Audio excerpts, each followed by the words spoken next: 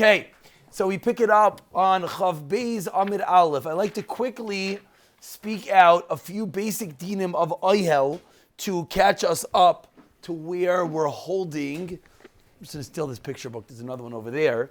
The din of Ohel is as follows, is that if the roof is a tefach, it holds in the tumah. That is din number one of Ohel. We've spoken about this, just want to make sure that's clear. Din number two that we spoke about yesterday is the din of Chavut Rami. What is Chavut Rami? Chavut Rami means, let's do this with the picture book over here. Chavut Rami means that when we have the plank over an airspace of a tefach, what happens is it falls down, creating a floor, and thereby creating a roof for tumah. So now let's speak it out before we see it again inside. That means if there's tumah, Ari, I'm going to have to ask you again to help for our demonstration. You're going to hold this one like this.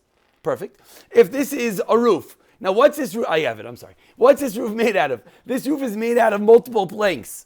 But how did it form into one sefer? It formed into one sefer because there was another roof up here that fell down.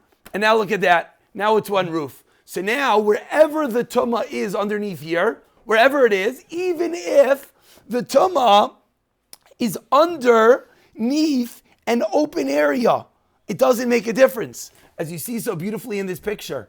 Look at this picture very carefully. Very carefully.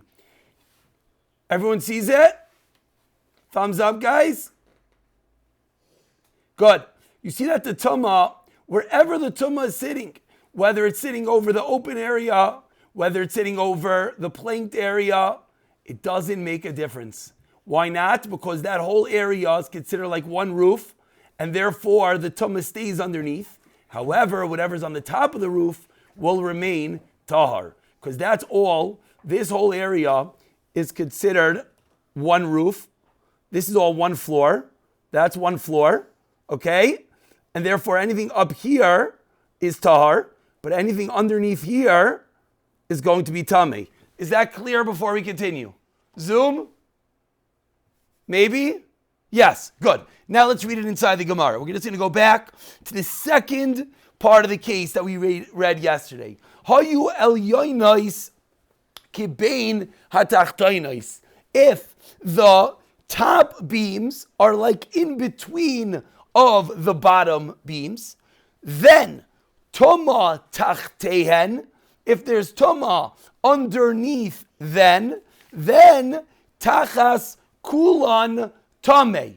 Under the entire bottom area is tameh. Because again, here's level 1, here's level 2. This falls down, closes the gap. Now, if there's toma anywhere in this area in the bottom, even if it's underneath the open area, it's still going to confined in here. Why? Because this area is not really open. Why is this area not really opened? Because the top area falls down and closes it up. Tachteihem tachas kulon tameh. Al gabeihem, if it's on top of them, then kinegdon ad l'rakia is going to be tameh.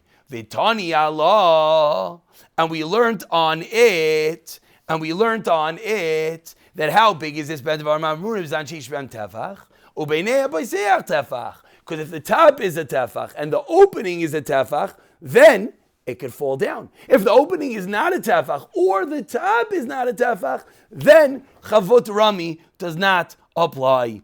So if the b'zman sheyesh behem tefach and ubeinei b'seach tefach, then it's going to work. But if not, and it's lost a place, aval ein beinei b'seach tefach, then Toma tachas achas mehen. Now everyone pay attention. We didn't read this carefully yesterday, so let's read it slowly right now. Aval ein beinei b'seach tefach. So if the openings on the bottom level are not a tefach, so if they're not a tefach, then what happens? We cannot say Chavut Rami. Again, we only could say Chavut Rami if the opening is a tefach and the top is a tefach, then it could fall down. If the bottom area is not a tefach, for example, in this picture, everyone sees that in this picture, the opening is not a tefach. So what happens when the opening is not a tefach? Now, Could it fall down and close the gap? The answer is no. Everyone wants to know why not. It should be even easier to close the gap because it's smaller, right? The answer is so we're not allowed to ask those questions. So once the opening is less than a tefach, it does not fall down. Now, look at it. Or if it's more than a tefach, it has to be a tefach. It has to be a tefach. Exactly. Both the opening and the plank have to be equal so that it could fall down beautifully and fall right in. On top and bottom. If the bottom is, that's a good question. What if it's a down more? That's a very good question. But 1 second, let's just play out this case one dot further. Everyone look, this is the top of the page. You see over here that the opening is less than a tefach. Now look at the case in the bottom. You see that there's tuma smack in the middle? Does everyone see that tuma smack in the middle? Anyone? Yes? Yeah. Good. So look at, and then on the left side or the right side, it says tahar. Why is it tahar? Because since it's less than a tefach, the top roof does not fall down. Since it does not fall down, it does not hold in the tumah. Since it does not hold in the tumah, it does not spread everywhere there. So it's two separate areas. It's ke'ilu as if it's two separate roofs. Again, if I had tumah here, but I had no roof on top of me, then whatever's next to me would not be tumah because there's no roof. So when the opening is less than a tefach, the top cannot fall. If the top cannot fall, then we have breaks. So now I have tumah here. Great. Would this area be tumah? No. Why not? It's a separate roof. It's as if it's in a separate room. It's in a separate world. That is this last line of the Gemara. Aval ein. 1 second. Let's just read it and I'll take a question. Aval ein beinei beiseach tefach. If it does not have an opening of a tefach, then Toma tachas achas mehem. If there's toma under one of them, one of the planks, tachteha, under it. What is it? That plank is going to be tameh. But beineyen va'al gabeyem, in between, 1 inch over, is going to be tar, and as well on top, it's going to be tar. Alma, what do we see? Let's just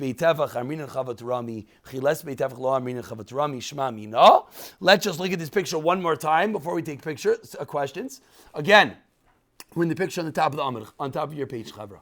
Again, since the opening is less than a tefach, what happens? The top floor does not fall down. Since the top floor does not fall down, what happens? You do not have a full floor. So what do you have? You have a plank and a space and a blank. So if there's tuma underneath one plank, so that area is tameh. Is the other plank tameh? No. It's as if it's in a completely separate domain. Questions? Yes. If the top plank on the top floor is more than a tefach, good. That wouldn't create a tuma under that oil also? Why would that? You're saying because it would come all the way down? Without falling down, you're saying? Yeah. Theoretically, yeah, it's true. If you were designing the case like you're saying, yeah, but we're assuming that's not the case. That's why if you look at the picture, it shows this tummy here and here. It's showing on the two sides. But yeah, theoretically, right. It doesn't make a difference how tall it is. That's not the point. We're just proving that, again, if there's tummy underneath this finger, that which is under this finger will not be tummy. Let's say Steinberg is pointing out a very nice point. I'm stuck on the floor. Is that, let's say there's tummy here. Let's say it's tummy here. Right? So up here is another plank. So theoretically, you're right. If there was tumah here, that plank would hold it in, and therefore it would transmit under that plank only. That plank would have to be over tefach. That plank would also have to be over a tefach. Do we have anything under a tefach is not a roof. Is not a roof. Is not a roof. Do we have? And this is the raya. We say Chavut Rami. What if the whole top was solid? Then it wouldn't make a difference what happens underneath, because then it's its own roof. Correct, but would the tumah only stay in this level or go on both levels? Then it would be, everything underneath there would be its own roof. Would be its own roof. Now, if this would have its own if this would be its own tefach, then not. Then not. Again, there's one rule, and then you can play out all the cases. If you're in an area, if I take an umbrella, which is a tefach, that shields me. I'm in my own area. An umbrella not, maybe because that's a Ohel zarek, it's movable. But theoretically, anything stationary that's a tefach wide shields from tumah. And that's why, if you remember back on Chav Aleph Amud Aleph, when we spoke about the chutzner that they built on top of the bedrock, it said they left an airspace of a tefach. Why? So that even if there was tumah underneath, where would it stay? It would stay underneath. That was the chumrah, al gabe chumrah, al gabe chumrah. Anyone on Zoom have any questions? No? Yes. Go. So the case where it is a tefach wide. Yes. You have a person sitting level. Good. So anything underneath it, we know is going to be tame, but not above it. Good. In the airspace, which is a tefach wide, if you let it in between the two planks in the airspace, which is considered Chavut Rami, so it's part of, is it tame or tar, or is it considered like this plank? I think if what you're asking is, and this question is the only question the Gemara doesn't discuss, and I just wanted to point this out.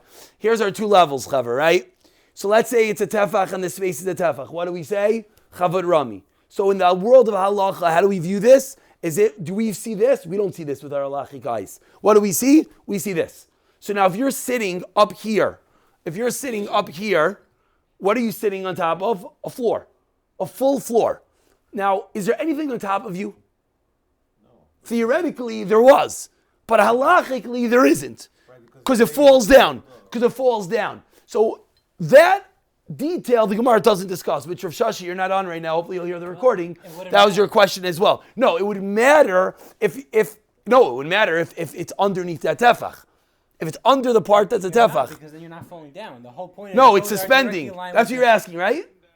Yeah, like the picture on page A. Yeah. Right, the middle picture. Yeah. The middle floor. Yeah. Not the top, not the bottom. The middle floor in the spaces. Yeah.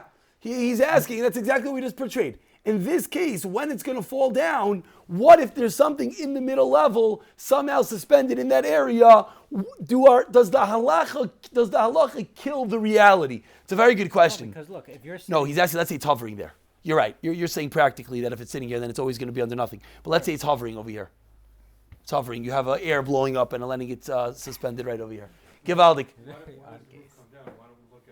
Oh, so the reason the roof comes down, that is how the halacha mashvisina works. So good asik and good achis, one goes down, one goes up. How these things work, massive machlekes yishayim, how it works. Beautiful. Even though it does not seem like we did anything new today, Chevra, we did a ton new because we actually understand now what we learned the day before. So in the reading, it should be nice and easy for everyone to quickly read through it. And then tomorrow, we'll pick it up with Yosef, Rav Kahana, and we'll move further.